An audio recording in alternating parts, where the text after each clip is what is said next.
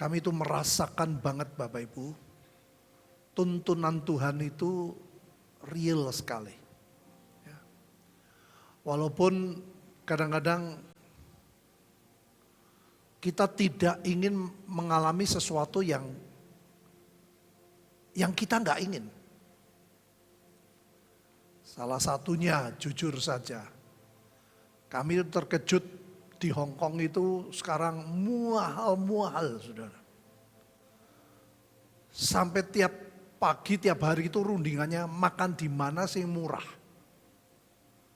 Enggak ada yang murah, saudara. Tapi saya bersyukur, ya saya ketemu dengan saudara kita, ya TKW. Tapi ya memang kasihan saudara, mereka tuh dulu kebaktian itu setiap minggu, sekarang mereka nggak mampu. 1 bulan cuma 2 kali kebaktian, karena nggak sanggup sewanya. Jadi kita bersyukur saudara, sungguh-sungguh anugerah Tuhan, ya kita kuatkan mereka, kita support mereka, kita bantu. Tapi ya memang dia bilang sejak pandemi. Sampai mereka tuh kalau mau belanja saudara. Saya lihat kemarin hari apa minggu. Itu Tuti bilang, Papi kamu lihat, Papi lihat Hong Kong kenapa sepi. Ternyata mereka semua pada dolan saudara ke China. Karena Hong Kong sebetulnya milik China, tapi begitu mereka ke Shenzhen, mereka belanja, itu murah banget. Jadi saya baru kaget, iya ya, baru mereka malam balik. Saudara, dunia semua berubah. Yang tidak pernah berubah adalah kasih Tuhan dalam hidup kita. Itu sebabnya satu perkara sajalah saudara, kita tuh mesti dari pihak kita tuh selalu minta Tuhan jamah hidupku. Supaya aku tuh meresponi Tuhan sedemikian rupa. Ya. Jadi jangan acuh tak acuh dengan Tuhan. Bapak Ibu izinkan saya terus menyambung tentang hati Tuhan hari-hari ini. Bagaimana kita harus jadi murid, tidak cukup menjadi orang percaya, saudara. Karena ya itu tadi, saudara, keadaan dunia yang semua berubah. Kalau saudara tidak dilengkapi dengan hidup seorang murid Tuhan,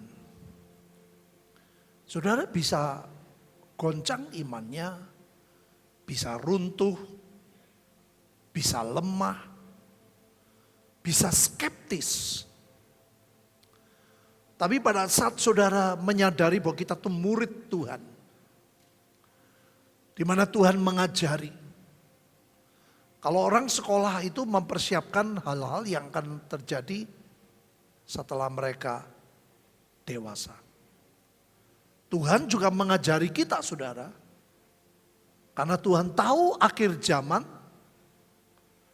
Walaupun kita melihat hal-hal yang ajaib, tapi Tuhan sudah berkata bahwa kegelapan itu ada. Kekelaman itu muncul. Dan kalau mata hati saudara tidak memperhatikan apa yang Tuhan sedang kerjakan, kita bisa kecewa sama Tuhan. Karena tidak punya hati seorang murid. Begitu tidak cocok, begitu dagingnya disinggung, gak bisa terima. Jadi saya berdoa, kita harus jadi murid Tuhan Yesus. Yang sepakat katakan, dan jadi murid terus saudara kita tiap hari. Gak pernah selesai. Selesainya pada sudah dipanggil Tuhan. Panggil Tuhan itu bisa meninggal, nanti diangkat di awan-awan. Pilih diangkat di awan-awan. Bapak Ibu ini kunci yang pertama ya. Ini omongan dari Tuhan Yesus sendiri. Karena itu pergilah. Jadikanlah semua bangsa muridku dan baptislah mereka dalam nama Bapa, Anak, dan Roh Kudus. Kalau sudah perhatikan ya, baptisannya itu malah ditulisnya terakhir. Kalau sekarang kan kita enggak. Baptis dulu, baru lupa bahwa mereka dimuridkan. Ya, oke lah enggak apa-apa. Tapi jangan lupa saudara. Bahkan Tuhan ngomongnya pergilah. Jadi selama kita jadi orang Kristen yang biasa, hanya setia ibadah, saudara nggak bisa kuat. Karena dengan kita pergi, kita menginjil, bahkan kita mempunyai target mereka yang kita injili. Harus sama seperti saya. Paulus berkata, jadilah pengikutku karena aku menjadi pengikut Kristus. Ini sebuah kehidupan yang normal sebetulnya. Kekristenan itu seperti ini.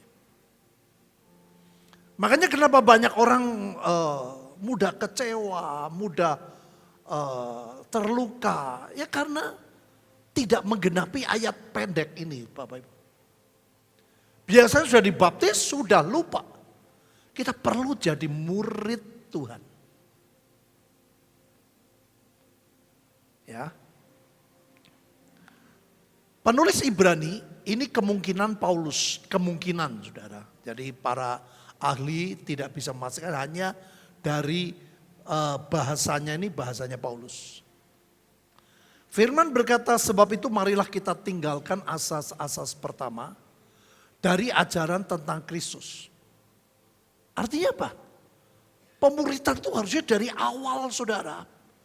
Ini tadi sebelum dibaptis atau setelah dibaptis.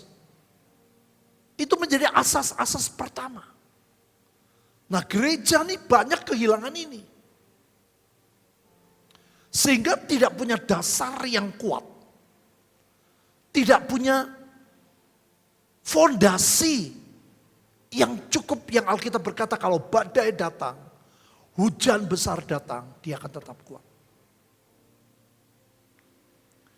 Beralih kepada perkembangan yang penuh. Jadi saudara, pemuritan dasar, terus perkembangan yang penuh. Ya, seperti saya cerita, kita ketemu dengan beberapa orang, ya mereka ngerti kalau mengampuni itu sebuah keharusan. Saya bilang loh, kamu ini meninggalkan yang lama, kamu percaya Yesus. Tapi kamu tiap hari sakit, luka, ingat ibunya, ingat bapaknya yang ngusir, jengkel terus. Alkitab berkata orang yang tidak mengampuni, bapaknya gak ngampuni loh. Saudara bisa bayangin. Tanpa mengerti seperti itu. Perlunya kesembuhan batin, perlunya kelepasan, pemutusan kutuk. Pemutusan kutuk itu diucapkannya, sebetulnya kekuatannya di mulut. Orang percaya Yesus, di hati, ucap dengan mulut selamat. Demikian juga dalam hidup kita putuskan. Semua yang tidak baik dari nenek moyang kita. Ya, bagaimana kita menang atas kekhawatiran. Bagaimana kita menang atas takut masa depan. Itu perlu saudara. Ya. Kalau enggak, kita enggak menjadi kuat. Janganlah kita meletakkan lagi dasar pertobatan perbuatan sia-sia. Ya. Artinya ini sebenarnya sudah lama saudara. Ini menjadi lama tapi kitanya belum kerjain. Dan dasar kepercayaan kepada Allah yaitu ajaran tentang berbagai pembaptisan. Jadi pembaptisan apa kita harusnya sudah bisa menjelaskan. Penumpangan tangan kenapa kita tumpang tangan. Enggak semua orang harus tumpang tangan. Ya. Kebangkitan orang mati ini perlu dijelasin saudara. Orang tuh punya semangat. Ternyata enggak semua kita harus mati. Hukuman kekal supaya kita sungguh-sungguh dengan Tuhan itu semua perlu. Nah Paulus berkata apa yang telah kamu dengar daripadaku di depan banyak saksi. Jadi ternyata pemuritan itu verbal saudara. Pemuritan pengertian ini ya dasar-dasar kekristenan bisa lisan, bisa tertulis. Dan Paulus ngajar di banyak orang. Apa yang telah kamu dengar di depan banyak saksi. Jadi orang-orang, kenapa pemuritan mesti di komsel? Paulus melakukan itu. Makanya kerinduan saya nanti satu kali kalau Tuhan kehendaki, ada sekolah misi, kolaborasi dengan pemuritan. Di mana hati ke hati, ya, tapi juga dengan pengertian-pengertian. Paulus berkata, percayakanlah itu kepada orang-orang yang dapat dipercaya. Dan juga cakap mengajar orang lain. Jadi ternyata ini terus bersambung, saudara. Saya mau cerita. Saya bertobat 79 Januari nonton film Jesus of Nazareth di bioskop Eldorado. Cerita singkat, saya sering ke Bandung, saudara. Setiap saya ke Bandung adalah hari Sabtu, balik Minggu sore. Dan saya mencari tempat persekutuan yang ada Sabtu itu di tempat Pak Yusak. Saya bersyukur banget, saudara. Tuhan menuntun saya begitu rupa. Pemuritan pertama yang saya dapat adalah bagaimana saya sering mendengar, ya, bagaimana hidup itu bergaul dengan Tuhan. Itu paling sering disampaikan. Bertanya kepada Tuhan. Tidak gandeng-gandengan. Ya. Semua tentang persekutuan dengan Tuhan. Baca Alkitab. Tidak boleh bolong. Itu tiap Sabtu yang saya dengar, Bapak Ibu. Dan itu menjadi dasar yang pertama dalam kekristenan saya. Saya harus punya saat teduh yang baik. Saya harus mendengar apa yang Tuhan mau. Saya bukan mendengar lah, nangkep nih Tuhan yang maunya apa sih buat hidup saya. Peka akan dosa. Yang Tuhan gak suka itu apa. Intinya bergaul dengan Tuhan. Itu menjadi dasar yang pertama, saudara. Akhirnya saya pindah ke Bandung. Saya bertemu dengan almarhum Evangelis Damaris. Bapak Ibu, Pak Damaris adalah orang yang mengajar tentang doa. Tapi bukan doa untuk diri sendiri saja. Tapi doa untuk kota, doa untuk Indonesia. Kalau Bapak Ibu ingat Pak Damaris. Saya merenungkan Tuhan ajaib. Pertama Tuhan mengajar saya punya hubungan bergaul dengan Tuhan. Kedua, mulai melangkah bukan doa untuk diri sendiri keluarga. Tapi untuk kota, untuk bangsa. Sejujurnya saudara, waktu itu saya belum bisa mencapai bangsa. Tapi untuk kota iya. Karena begitu kami persekutuan doa di Tegal, kita ngalami banyak mujizat, saudara. Ada sesuatu yang jelek bakal muncul. Kita doa puasa bareng itu cuman pengurus berapa 7-8 orang. Bisa batal. Wah, kita lihat ajaib. Itu last minute tuh. Hari ini terjadi sesuatu, pagi-pagi muncul keputusan, tidak boleh. Jadi kita semua lihat, wah hebat ya Tuhan. Tapi jujur belum Indonesia, saudara. Ya. Karena saya dengan Pak Damaris gak bisa sering ketemu. Beliau tuh nginjil terus pergi. Gak punya persekutuan. Tapi saya tuh usaha. Om, di rumah kapan? Boleh gak saya datang ke rumah? Saya pengen tanya-tanya. Lihat Bapak. Semua dengan Tuhan, kita jadi murid Tuhan, basicnya tetap Tuhan, tapi Tuhan pertemukan dengan orang-orang yang membangun hidup kita. Akhirnya beliau Saya nggak sengaja nginep di Ungaran. Ketemu dengan Bambang Budianto.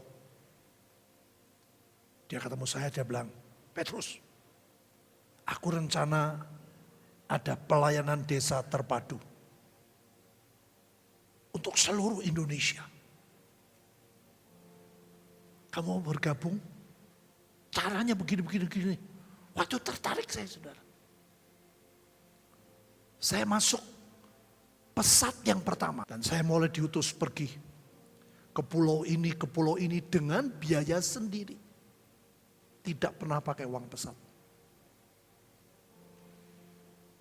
Tinggal di rumah-rumah, saya sudah ngalami. Tapi sesungguhnya Bapak Ibu, tantangannya gak berat lah. Saya sudah alami, sudah ke desa-desa. Bapak Ibu, saya mulai jadi penginjil 82. Saya bertemu dengan almarhum Jeremia Rim. Ini hamba Tuhan ketiga.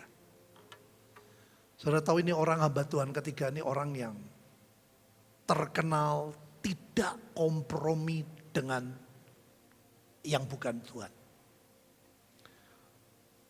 Kita buat KKR, saudara, di Bandung. Itu yang namanya jimat, saudara. Sak gunung, saudara. Nyerahin semua, dibakar. Saya ikut bakar. Luar biasa sekali. Puncaknya beliau tuh membuat KKR seluruh Jakarta. Roh penginjilannya tuh luar biasa. Dia selalu bilang, jangan takut untuk Injil. Kalau belum waktunya mati, gak bakal mati. Jangan takut. Wah, itu membakar sekali, saudara. Dan saya jadi penginjil. Saya terinspirasi dari beliau. Saya termotivasi. Dia bilang, kalau kamu khotbah di Surabaya, jangan nginep di rumah orang lain. Nginep di rumah saya. Wah, itu kesempatan besar saya banyak tanya. Ini loh, kamu kalau khotbah, kalau nginjil itu begini. Sudah, kalau khotbah itu jangan terlalu banyak ayat, orang mumet. Kamu tahu mereka tuh belum kenal Tuhan, kamu gini. Wah, sudah saya banyak dapat ilmu. 3 hamba Tuhan ini sudah mewarnai hidup saya. Dan akhirnya bersyukur, beberapa hari sebelum tsunami Aceh, ada firman yang muncul. Maukah engkau mencintai Indonesia? Seorang Petrus Agung yang gerejanya sedang berkembang. Dia jawil saya. Mikir gereja wemu metok, mikir Indonesia. Jadi saya merenungkan sudah gak ada orang yang hebat. Begitu besok pagi terjadi tsunami Aceh. Lo jujur saya gak ada teman, semua gak ada keluarga. Itu ada guilty feeling, saudara. Ada perasaan bersalah. Beberapa hari kemudian Pak Agung telepon saya. Kita sudah salah. Tapi kita jangan terlambat. Yuk kumpul yuk. Di Holy Stadium. Belum jadi. Saya sampai tanya, lo terus nanti gimana? Duduknya pakai koran. Nanti kita duduknya pakai koran, belum ada kursi. Jadi saudara, Tuhan tuh menuntut. Bagaimana kita akhirnya ke pulau-pulau, ke desa-desa, bahkan ke bangsa-bangsa. Makanya kemarin waktu ke Hong Kong saya ingat, waktu ke Cina saya ingat. Saya bilang sama pemimpin, saya bilang, Bu, dulu kita ke Hong Kong, kita ngajak banyak orang. Kami kesini kami berdoa. Kenapa hati saya kecewa? Karena ada sebuah pertanyaan yang membingungkan. Setiap saya kirim, tiap hari sudah saya tuh mencari firman untuk ngirim. Tapi gak ada respon, saya baru tahu. Tuhan bilang, kamu nanti pergi ke sana, nanti baru tahu.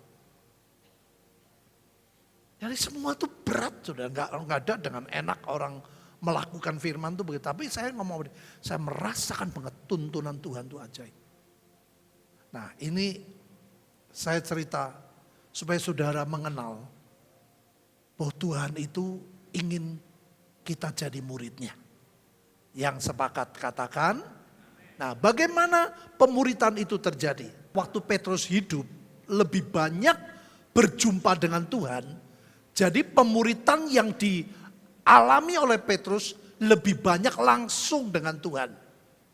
Dimulai ketika Simon Petrus melihat hal itu, ia tersungkur di depan ke Yesus berkata, Tuhan, pergilah daripadaku karena aku ini seorang berdosa.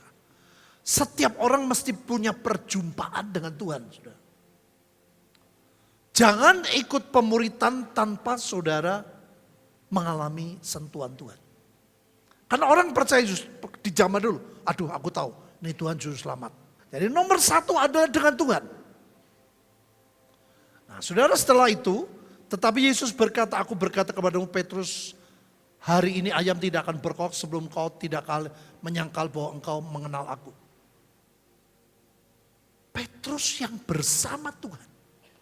Tiap hari. Jadi murid Tuhan. Bahkan dari 12 dia nomor 1. Tetap. Jadi makanya saya bilang pemuritan sampai kapan? Sampai sudah dipanggil Tuhan.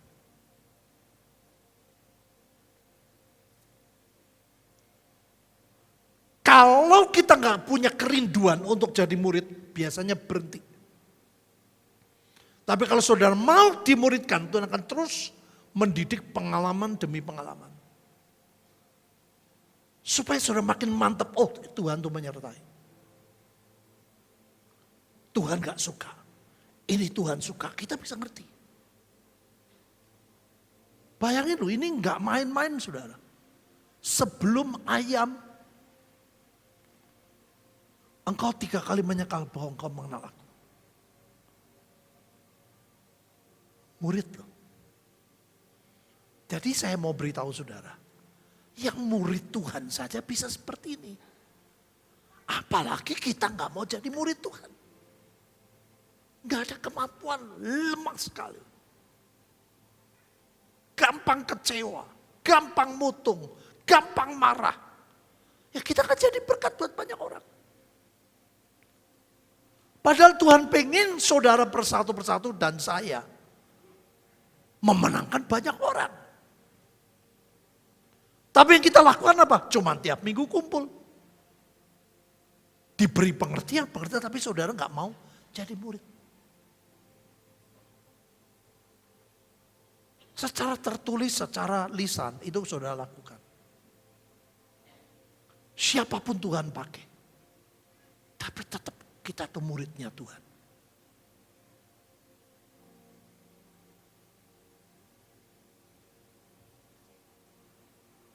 Jadi saudara hebat ya. Tapi saudara tahu kan kasih Tuhan mengalahkan segala kelemahan kita. Yang percaya katakan. Kata Yesus kepadanya untuk ketiga kalinya. Ya sudah luar biasa, 3 kali menyangkal, 3 kali Tuhan memulihkan. Tuhan kita tuh hebat. Simon anak Yohanes, apakah engkau mengasihi aku? Begitu ketiga kali maka sedih hati Petrus. Alkitab berkata apa saudara? Tuhan tuh dekat dengan orang yang remuk hati. Pernah baca? Makanya saudara kalau jadi Kristen, lama gak nangis. Bukan nangis karena duitnya gak ada, nangis karena persoalan, bukan saudara. Nangis karena sentuhan. Ini bahaya. Hidup kita akan flat. Petrus bergejolak saudara. Jadi murid Tuhan. Tapi Tuhan membuktikan. Yang Daud berkata, ke alam maut pun Tuhan kejar. Ada di sana. Karena Yesus berkata untuk ketiga kalinya. Apakah engkau mengasihi aku? Dan ia berkata pada Tuhan, engkau tahu segala sesuatu. Ya. Jadi hati yang paling terdalam Petrusnya Tuhan tuh ngerti. Engkau tahu bahwa aku mengasihi engkau. Kata Yesus kepada, gembalakanlah domba-dombaku. Tugasnya ditambah. Bukan cuma nginjil, bukan cuma memuridkan, tapi punya hati gembala. Ini luar biasa saudara. Kekuatannya orang Kristen kan 3. Iman, pengharapan, dan kasih. 3-tiganya di Petrus itu sudah hancur saudara. Hanya pada waktu Petrus jawab, aku mengasihi engkau sekali. Tanya lagi, kamu mengasihi kamu? Ya, aku mengasihi engkau 3 kali. Itu bukan Tuhan iseng 3 kali, tidak. Iman timbul dari pendengaran. Pada waktu Petrus ngomong yang pertama, imannya dipulihkan. Jawaban yang kedua, pengharapannya dipulihkan. Dan jawaban yang ketiga, kasihnya dipulihkan. Saudara, kita tuh kalau apapun ya, pelayanan semua orang bisa. Makanya kenapa kita perlu pergi ke 7 jemaat itu, di situ ada. Kamu melayani, kamu giat, tapi kamu kehilangan kasih mula-mula. Itu bisa loh. Pelayanan, tapi kasihnya gak ada. Makanya Tuhan sedang pulihkan segala sesuatu. Kita semua belajar nurut sama Tuhan aja lah. Kenapa Bapak Ibu? Karena kerjaan kita tuh banyak. Tuhan sudah bilang loh, mulai tahun depan kita akan ke desa-desa.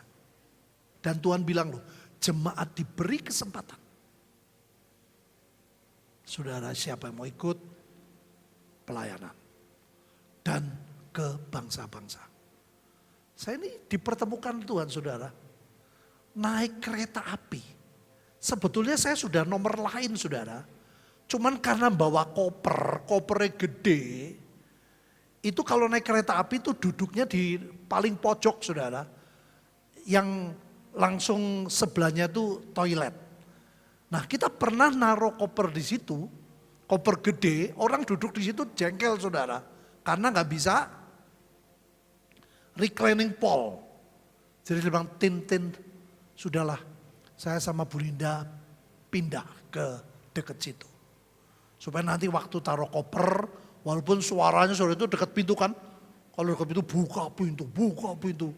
Saya bilang, gampang lah, nanti tutup pakai sumpel, gampang. Saya bilang. Saudara, sebelahnya saya bisa. Orang Tegal pertama masuk kereta, belum kereta udah lihat, oh ya Ci, saya bilang, udah ketemu. Begitu duduk, sopo sih. Lama-lama baru ingat saudara. Wah telepon saya. Dia tahu saya pernah di Belanda KKR. Dia bilang, Pastor, aku mau tantangkan. Buat KKR lagi di Belanda, di Jerman. Tapi di tempat terbuka. Dia tunjukin saudara, sekian ratus orang langsung dibaptis. Udah Pastor berani kan ngomong saja. Dia bilang, lu kamu ngomong pakai bahasa Tegal? Saya bilang gitu. Enggak, bahasa Inggris. Tapi nganggo catatan. Saudara, saya bilang, wah hebat juga. Punya selalu ngomong. Kata-kata tepat, sembuh, buang. Nanti orang pada nangis. Itu belum pernah terjadi. Saya bilang, menarik sudah. Ayo siapa yang mau ke Belanda?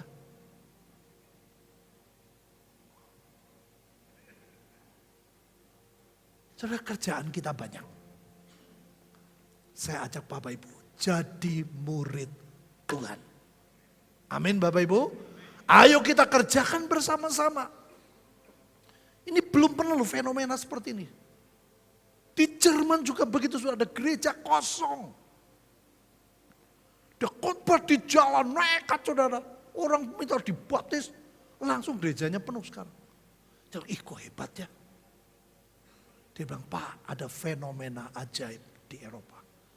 Sebetulnya di mana-mana Tuhan sedang buat keajaiban.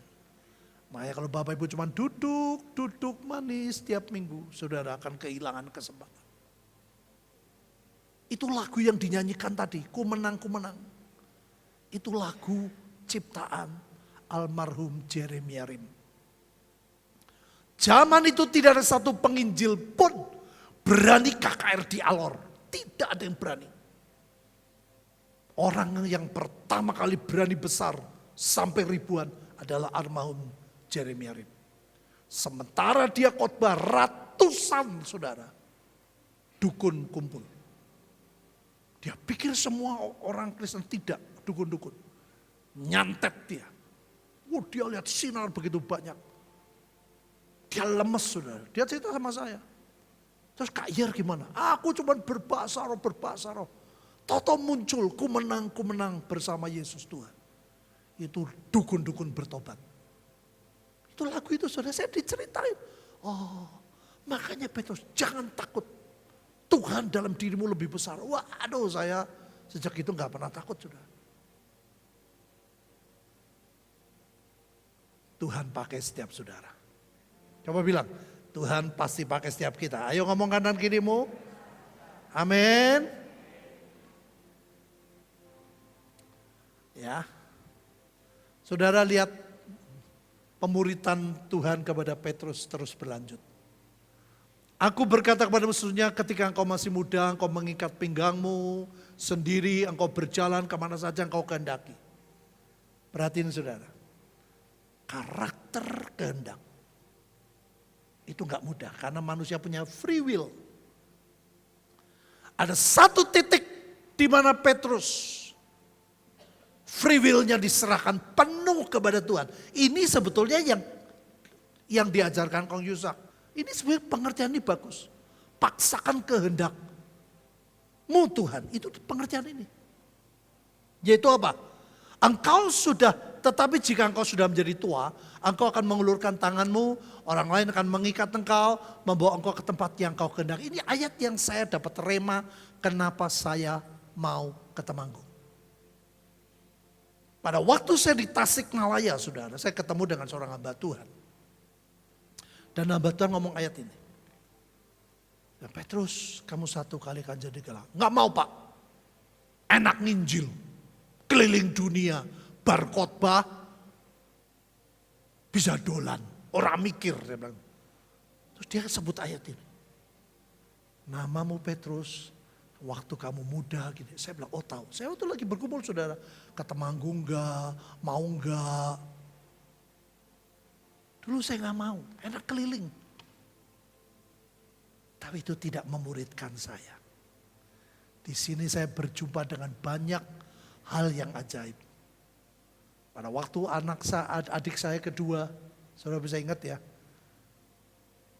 28 juta dia ngurus TKI dan orangnya kabur. Saya telepon Bu Nani, karena waktu itu kita belum ada spirit kenabian. Dia ngomong aja, Petrus, Tuhan bilang kamu harus bayar. Aku gak punya duit. Aku juga gak tahu. Tapi Tuhan bilang kamu akan bayar. Saudara tahu saya bingung. Saya pikir adik saya urusan dia sudah dewasa, urusan dia. Saya gak mau ikut campur. Saya jengkel, sering jengkel sama adik saya. Di situ saya dididik tentang kasih dan mengampuni. Pada waktu saya ke Polres, lihat adik saya di dalam penjara di Jeruji. Bisa timbul kasih. Saya lihat aduh kasihan banget. Saya bilang Tuhan, nah ini loh, mujizat itu keluar setelah timbul pertobatan. Selama saya tidak mau tolong adik saya, walaupun Bu Nani dipakai Tuhan, kamu masih nolong. Saya bilang enggak, Ci, aku enggak mau. Saya enggak mau terus terang. Begitu saya lihat kasihan, itu mujizat muncul. Saya pulang, baru sampai rumah, dia apa-apa. Tadi ada orang motor, wang, ada apa toh? Dia bilang, kok itu apa adik saya gini-gini. Oh, dia pulang ngambil cek sudah 10 juta. Saya kasih 10 juta. Saya datang lagi ke Kapolres, saya bilang, Pak, saya ada duit 10 juta. Bisa nggak anak adik saya keluar? Wah, dirunding dengan orang banyak. Oh saudara, saya nggak takut loh. Mereka mau war, pokoknya. Cuma saya, aduh kasihan mami saya nih. Pokoknya kalau nggak apa saya, aku pokoknya ada besi, ada apa, tak lali pendeta saudaraku. Tapi modalnya satu dulu, tidak takut itu saya bersyukur. Diancam aku enggak takut. Itu adik saya udah dewasa kok, kamu nggak bisa maksa saya. Tapi Tuhan tidak kehilangan akal. Amin Bapak Ibu. Dengan saya melihat seperti itu, saya bilang Tuhan aku mau. Dan nggak berhenti loh. Adik saya Pak Pandu, dia bingung, dia hubungi orang, dia punya pabrik. Tato Cing hubungi saya. Petrus kejadian gini-gini, aku tutup. Nanti kamu cicil kalau kamu ada berkat.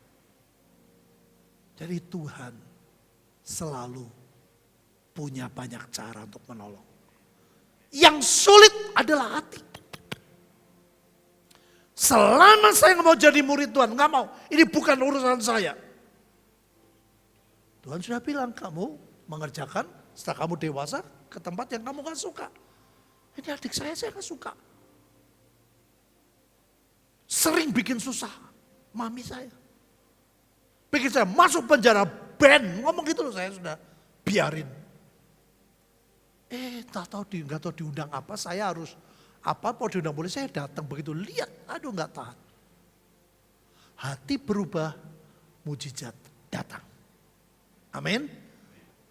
Makanya saudara kalau hatimu belum berubah, pertolongannya gak datang-datang. Hati berubah, pertolongan datang. Ngomong, hati berubah, pertolongan Tuhan Yesus datang. Yang percaya katakan. Nah Paulus ini beda Bapak Ibu. Kalau Petrus lebih banyak dengan Tuhan, Paulus juga berjumpa dengan Tuhan.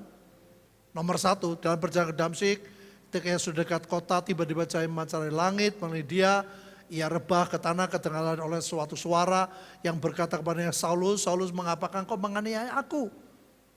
Jawab Saulus, siapakah engkau Tuhan? Katanya, akulah Yesus yang kau aniaya itu.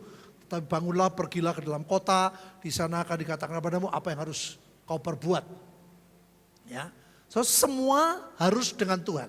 Semua harus perjumpaan dengan Tuhan. Baik model Paulus, baik model Petrus dan yang lain. Nah ini menarik. Tetapi firman Tuhan kepadanya, pergilah sebab orang ini adalah alat pilihan bagiku untuk memberitakan namaku kepada bangsa-bangsa lain. Serta raja-raja dan orang-orang Israel. Aku sendiri akan menunjukkan kepadanya betapa banyak penderitaan yang harus Paulus tanggung oleh karena namaku. Lalu pergilah Ananias ke situ, ke rumah itu ia menumpang tangan ke atas Paulus. Saulus saudaraku, Tuhan Yesus yang telah menampakkan diri kepadamu di jalan yang kau lalui telah menyuruh aku kepadamu supaya kau dapat melihat dan penuh dengan Roh Kudus. Saudara, setelah dengan Tuhan, baru Tuhan pakai siapapun. Saudara ini gak boleh milih-milih. Saya sebetulnya gak milih ketemu Yusak Cipto, tidak. Karena persekutuan saya ke Bandung yang Sabtu cuma di tempat dia. Nah ini jadi Tuhan nuntunnya tuh begitu. Kenapa kita mau belajar 7 jemaat? Supaya saudara tahu setiap jemaat tuh ada teguran. Ada yang Tuhan suka, ada yang Tuhan gak suka. Hal ini, hal itu. Itu tentang mau kedatangan Tuhan. Makanya kita perlu. Nomor 1 tuh hati. Hatinya merendah, semua pemain musik merendah. Kalau sudah merendah, kumpul dengan siapapun bisa. Saya dulu pemain basket juga di Jogja begitu sudah. Ada satu orang yang saya gak suka, semua orang gak suka. Tapi pelatihnya bilang, kamu main itu kamu seneng atau timmu seneng? Kalau klub basket kan yang penting klubnya menang, betul gak saudara? Jangan mikir siapa yang masukin bola, siapa yang menang. Kita menang kan seneng. Wah ini orang ini, waduh mainnya luar biasa saudara. Wah KB diambil dewe semua sampai sebuah tim nilainya tuh jadi hilang. Padahal kalau basket kan yang paling indah tuh gitu. Saya lari ke sana dia bakal tahu. Kita ada feeling masing-masing. Tapi menang. Saya pikir iya ya. Kita pengen Tuhan Yesus dan kerajaan surga menang. Pak Yusak pernah diajar, kamu kalau khotbah Orang memuji kamu, yang senang siapa sih? Kamu atau Tuhan? Ini sudah.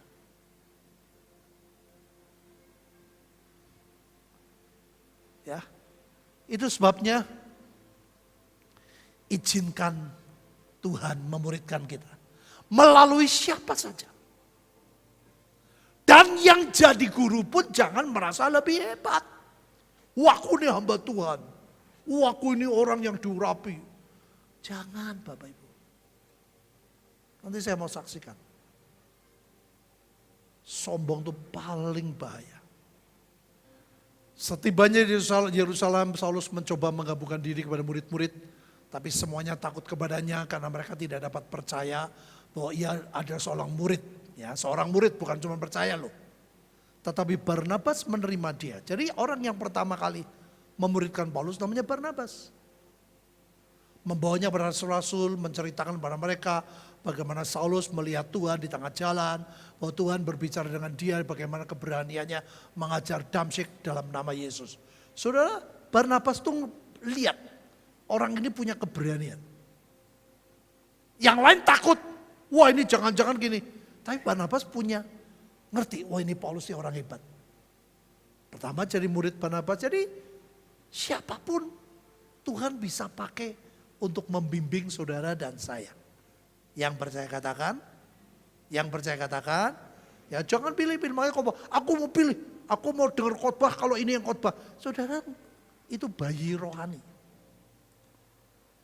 Saudara belum bertobat sungguh-sungguh. Ya, hebat nih akhirnya Paulus dan Barnabas memberitakan Injil di kota, memperoleh banyak murid, bukan cuma percaya Yesus. Lalu kembalilah mereka ke Listra, Ikonium dan Antioquia. Ya, kekristenan harus kembali kepada pola Alkitab. Yang setuju katakan, sudah lihat Paulus luar biasa. Supaya aku jangan meninggikan diri karena penyataan yang luar biasa itu. Maka aku diberi satu duri dalam dagingku. Yaitu seorang utusan iblis untuk menggocok aku. Supaya aku jangan meninggikan diri. Sudah lihat. Sudah hebat luar biasa Tuhan. Lihat ini Paulus ini bahaya kalau sombong. Makanya Tuhan izinkan.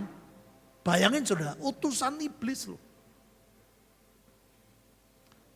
Artinya apa? Bapak Ibu, jangan lihat kesempurnaan orang. Tidak ada hamba Tuhan sempurna. Yang setuju katakan? Tidak ada orang sempurna. Ini sampai sekarang sedang diperbincangkan loh. Ada yang berkata istrinya.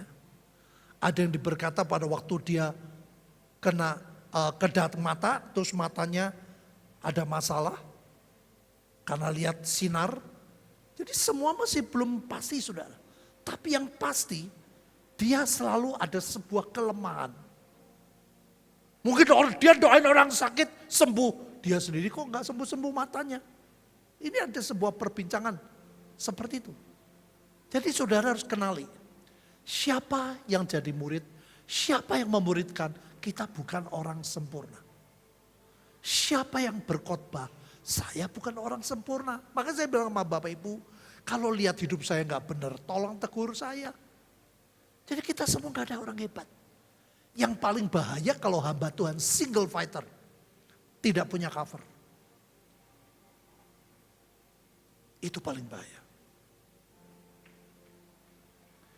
Tentang hal itu aku sudah 3 kali berseru pada Tuhan supaya utusan mundur daripada aku. Tapi jawab Tuhan kepadaku, cukuplah kasih karunia-Ku bagimu. Sebab justru dalam kelemahanlah kuasa-Ku menjadi sempurna. Sebab itu terlebih aku bermegah atas kelemahanku. Supaya kuasa Kristus turun menaungi aku. Kalau Bapak Ibu lihat ketidaksempurnaan kita. Itu artinya kasih karunia Tuhan ajaib buat setiap kita. Wajib kita menerima kekurangan. Makanya dimulai dari mana? Dari keluarga, saudara. Terima istrimu apa adanya. Terima suamimu apa adanya. Terima anakmu, terima orang tuamu, terima adik apa adanya.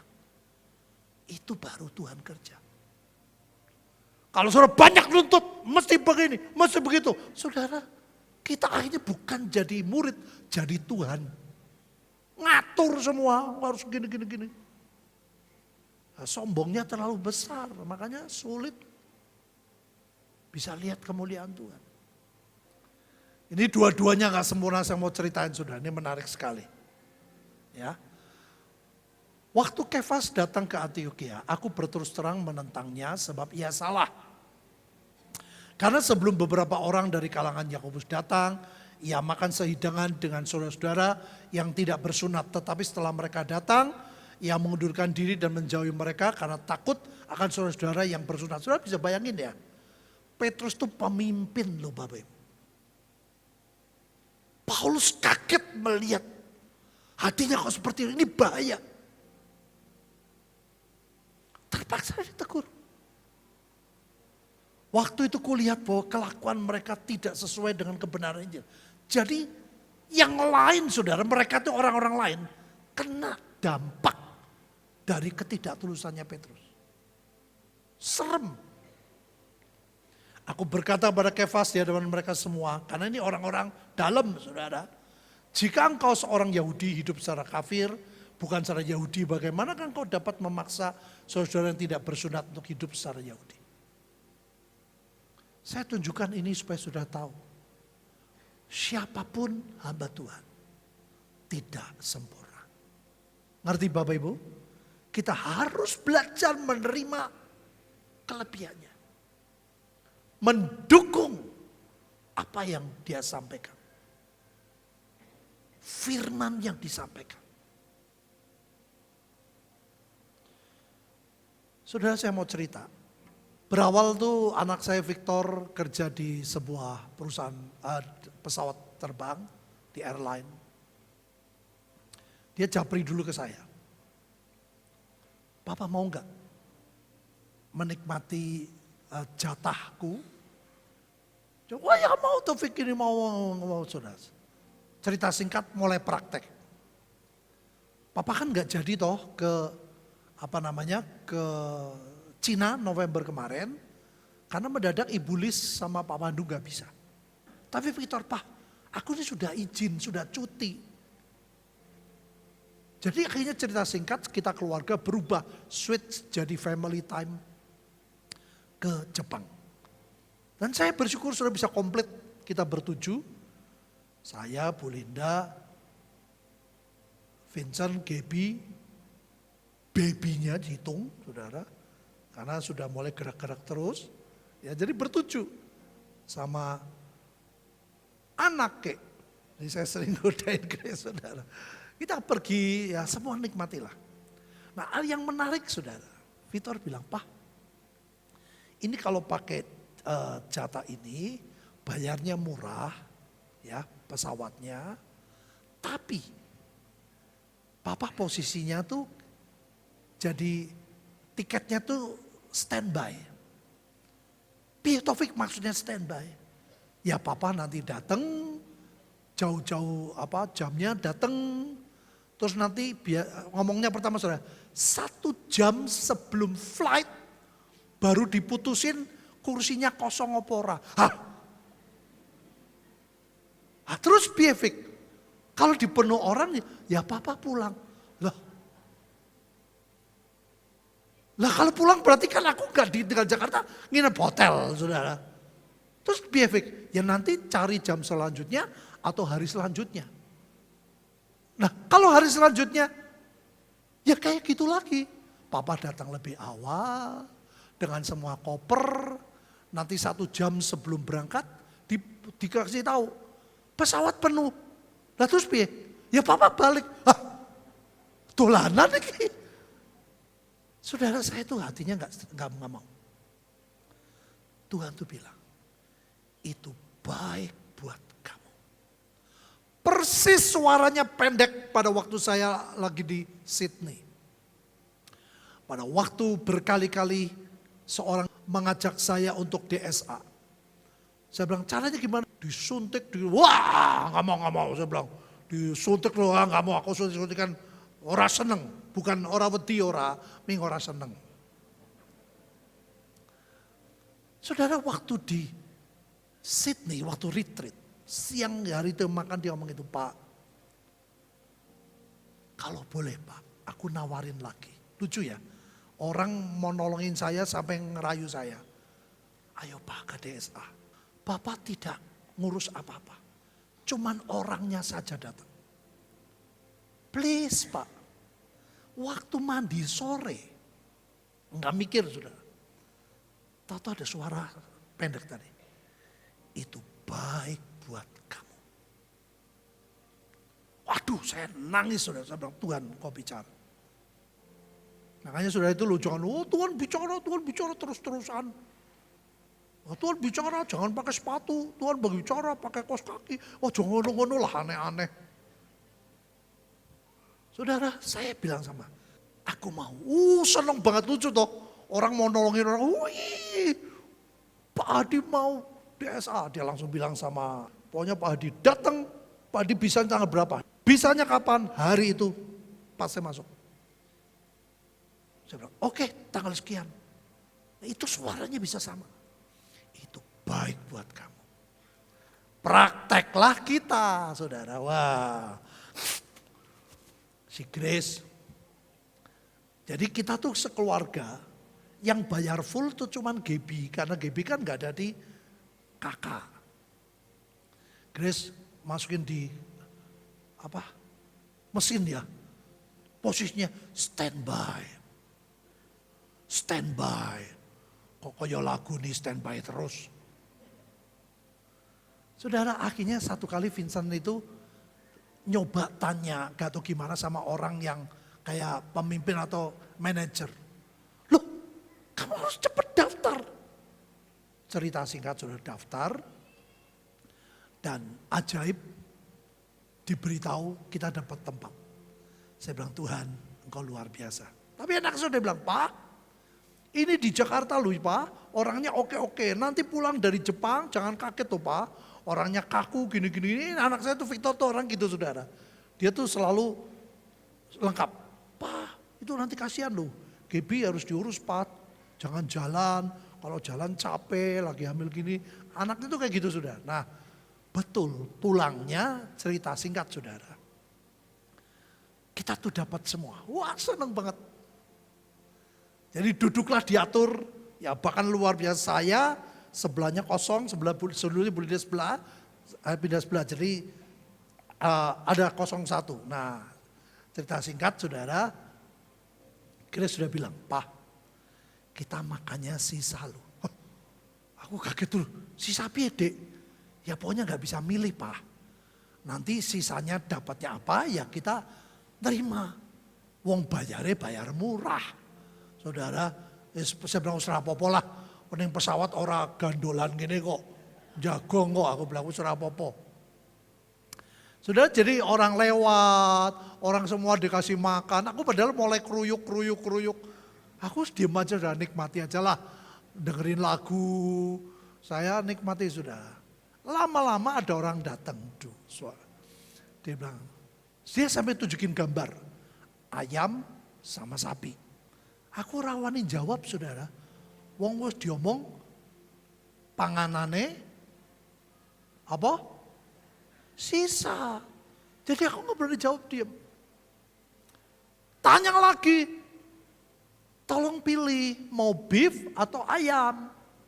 Ya wong di tanah takon pingdo ya tak jawab toh ayam. Oh iya, minumnya apa? Banyu putih. Udah dikasih saudara, lengkap. Nah kalau sudah lengkap, doa toh saya toh. Mau mangan nih. Saya bilang Tuhan terima kasih. Kau sediakan makanan buat kami, terima kasih. Lagi mau tak buka, direbut sudah. Loh, kok piye toh ki? Mau makan direbut sudah. Karena orangnya ini keliru, dia nggak dengar pimpinannya bahwa ini kelompok Petrus Hadi ini dapat sisa. Rupanya orang krungu saudara. Jadi dia sudah kadung loh yo ojo njaluk, ojo jupuk lagi me dipangan toh. Me dipangan kok dijipuk rasanya itu. Nah harga diri toh. Kesinggung toh. Kesinggung ora? Aduh saya bilang, wah Nah, lihat saudara, itu tergantung sikap. Saya bisa marah, saya bisa tersinggung, saya bisa bilang, bisa protes. Loh, kamu kayak yang minta, kamu yang nawarin. Saya bisa punya banyak pilihan. Tapi saya bilang sama istri saya, sama Bu Linda, PHP nih orang. Orang ngerti PHP ya? Iki tua kabeh iki nek bocah nom ngerti. Apa PHP? Pengharapan palsu. Jadi akhirnya saya ketawa sama istri saya, semua jadi ketawa. Ya wis lah, mangan orang mangan urusan carry. Sudah lama-lama orangnya ngasih cuman tempat makanannya tok. Saya mau beritahu saudara, saya pengennya apa? Beef atau ayam? Bapak Ibu tahu, begitu saya buka, apa? Apa?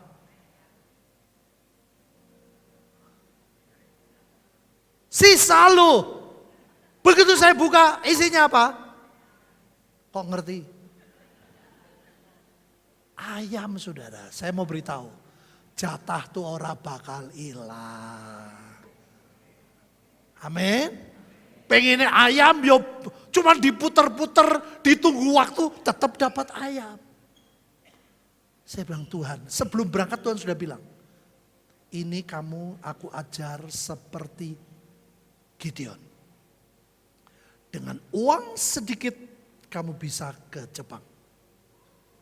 Ngerti Bapak Ibu? Dengan 300, saya bilang aku ngerti, terima kasih Tuhan. Pendidikan apa? Rendah hati.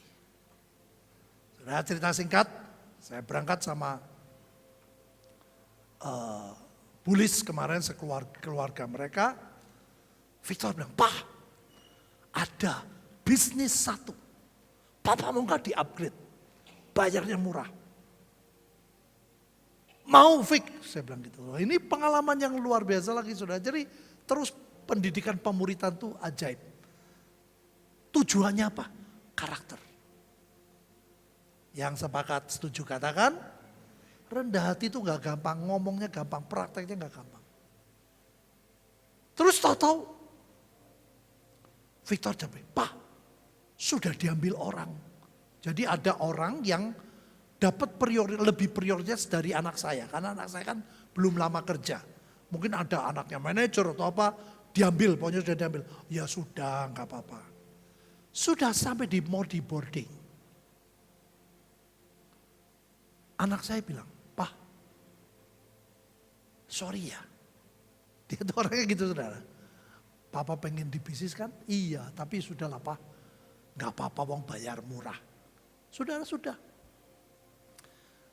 Ajaib saudara. Pada waktu mau boarding, anak saya ngomong, Pak, coba Pak, tanya tapi baik-baik. Kok lucu kita kan tanya baik-baik. Barangkali orang itu gak jadi pergi, yang satu itu sit.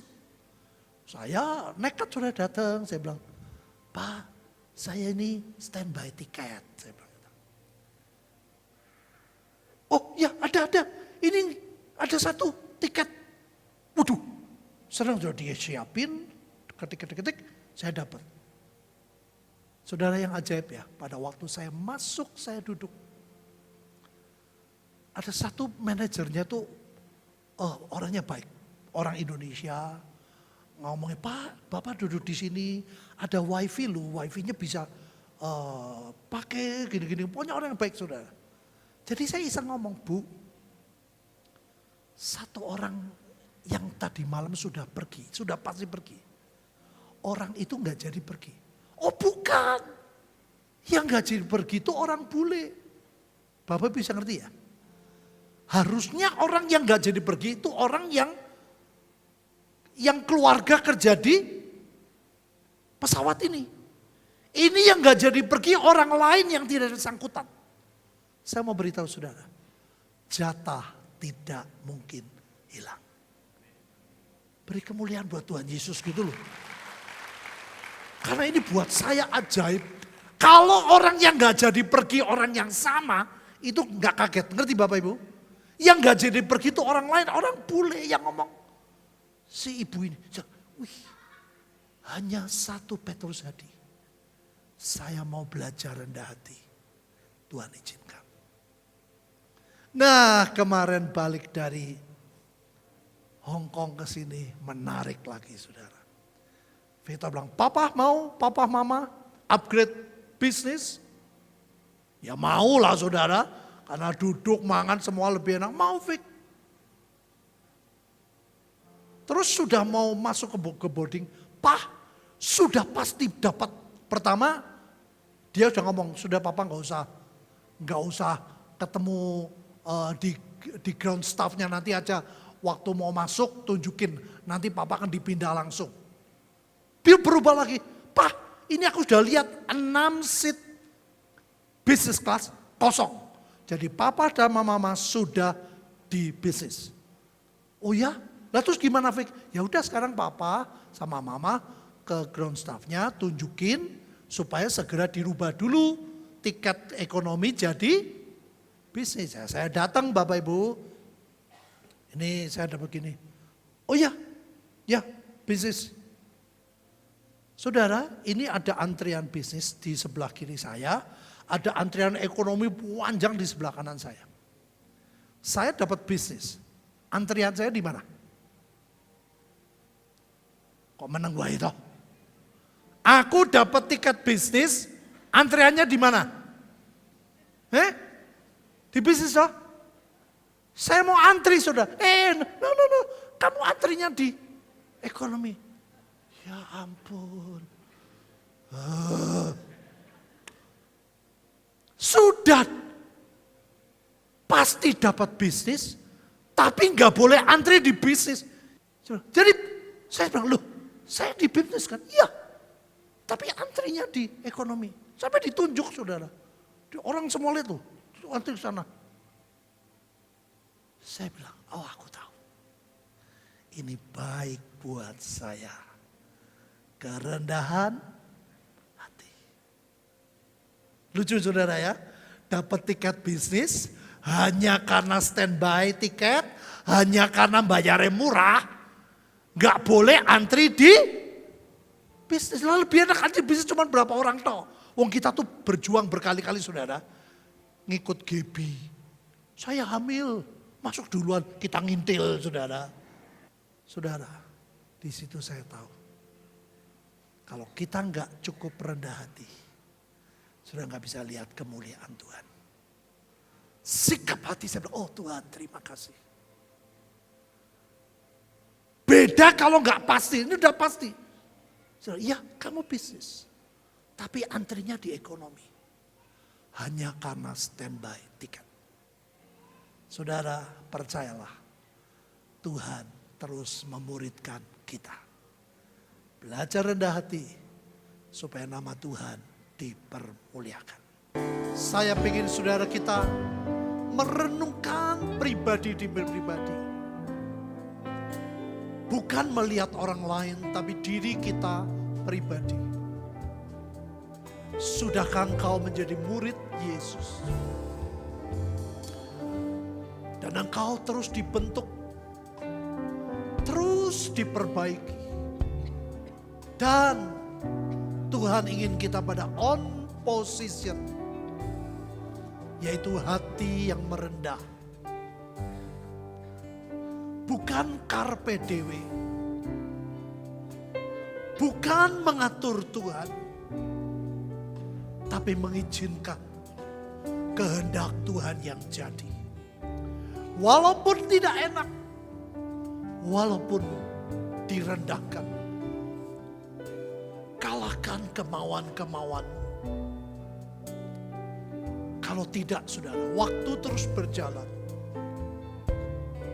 engkau tidak sampai kepada destinimu. Minta Tuhan beri kepadaku hati yang rendah, hati yang terdidik, hati yang mau dan rela. Seperti lagu tadi, semuanya baik bagiku. Roma 8 ayat 28, semuanya baik. Tolongin Tuhan Yesus. Sebentar kami akan menutup tahun 2024. Biar kami tutup dengan keajaiban kasih Tuhan.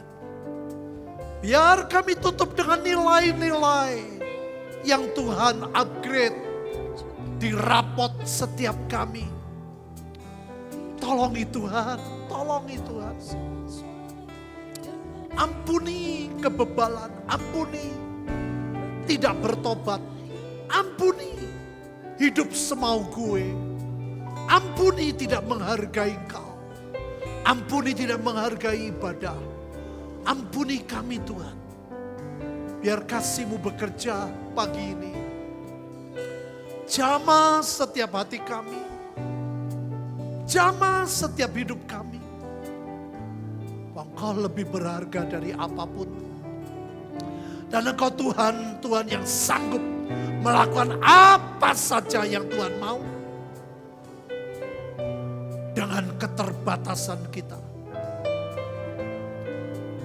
Tuhan berkata, apa yang ada padamu? Hanya 5 roti 2 ikan. Beri makan semua orang. Ayo saudara jadi berkat.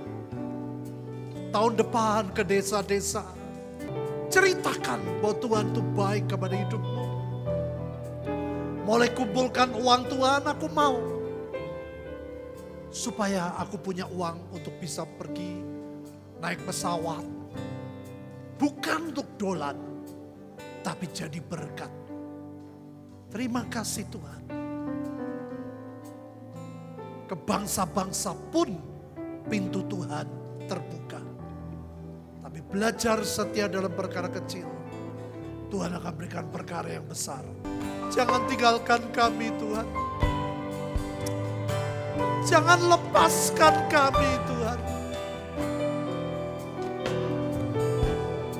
Didik kami. Paksakan kehendak-Mu jadi. Tuhan, Kau tahu kelemahan kami. Biar pagi ini kami meresponi kebaikan-Mu. Biar pagi ini kami meresponi kasih-Mu yang ajaib.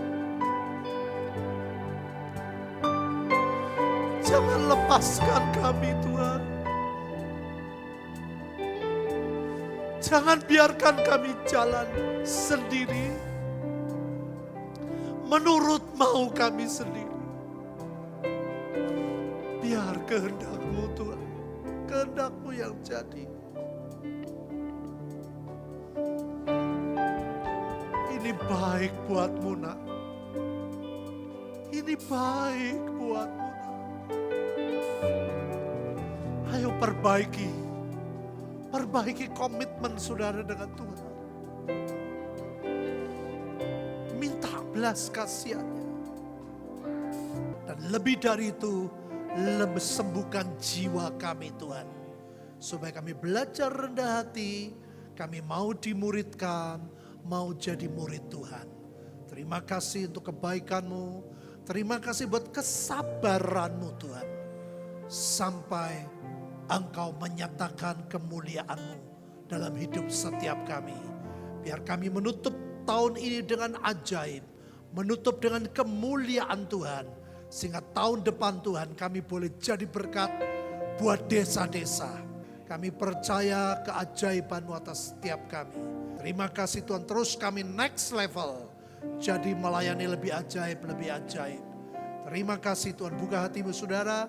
Angkat kedua tanganmu, percayalah pemulihan segala sesuatu sedang dilakukan. Oleh Bapa, Putra dan Roh Kudus. Rohmu jadi kuat.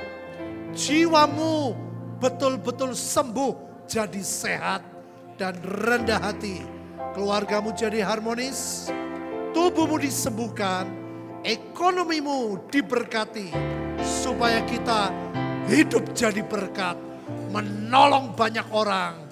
Terima kasih Tuhan, kami terima berkat yang ajaib di atas segala nama Tuhan Yesus Kristus. Yang menerima dan percaya katakan amin.